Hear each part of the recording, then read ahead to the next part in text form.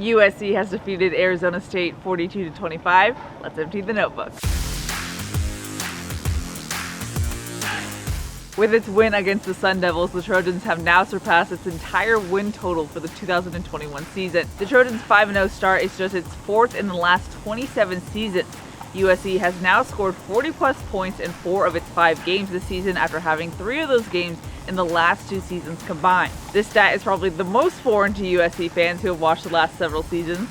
The Trojans have now outscored their opponent 55-7 in the third quarter this season. After an uncharacteristic performance last week, USC's offense returned to its form against Arizona State on Saturday. The Trojans rushed for 348 yards and finished the night with 137 receiving yards. The trends we've seen so far this season were back on track as well. USC scored a touchdown on each of its first 3 possessions tonight and has scored on its first 3 drives in 4 of its 5 games this season. The Trojans also found success on third down tonight, going 8 of 9. Quarterback Caleb Williams also returned to his old form on Saturday night. He went 27 of 37 for 348 yards with 3 touchdowns and 1 interception. His passing yard and completion totals are a single game best this season. Williams also played the role of Houdini on the field Saturday night, continuously escaping pressure. Running back Travis Dye described Williams' ability to escape as black magic and said, "Look, I'm on the field and I don't understand it either." It was a tale of 2 halves for USC's defense tonight. ASU was averaging 8.1 yards per play in the first half,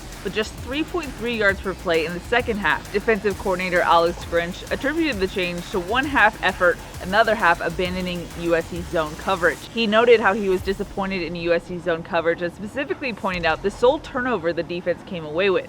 As a note, Kalen Bullock's late fourth quarter interception kept USC's turnover margin streak this season alive. The general takeaway that seemed to come from this game was that USC didn't play how it wanted to in the first half, but responded how it needed to in the second half. Head coach Lincoln Riley said, quote, "We didn't play the way we needed to in the first half. We didn't play that attacking, relentless style that we want to play with on both sides. Our offense had some really good quality drives, but it just wasn't quite us. It wasn't the edge that we're used to playing with and that we expect to play with." He ultimately credited the team for making an adjustment in the second half and coming out with a strong third quarter performance. And I want to end with this final quote from quarterback Caleb Williams when he was asked about USC's last 2 victories. And I think that's just because it summarizes what we think we know about this USC team at this point. He said, quote, "The past 2 games shows what type of culture we have. Bend but don't break.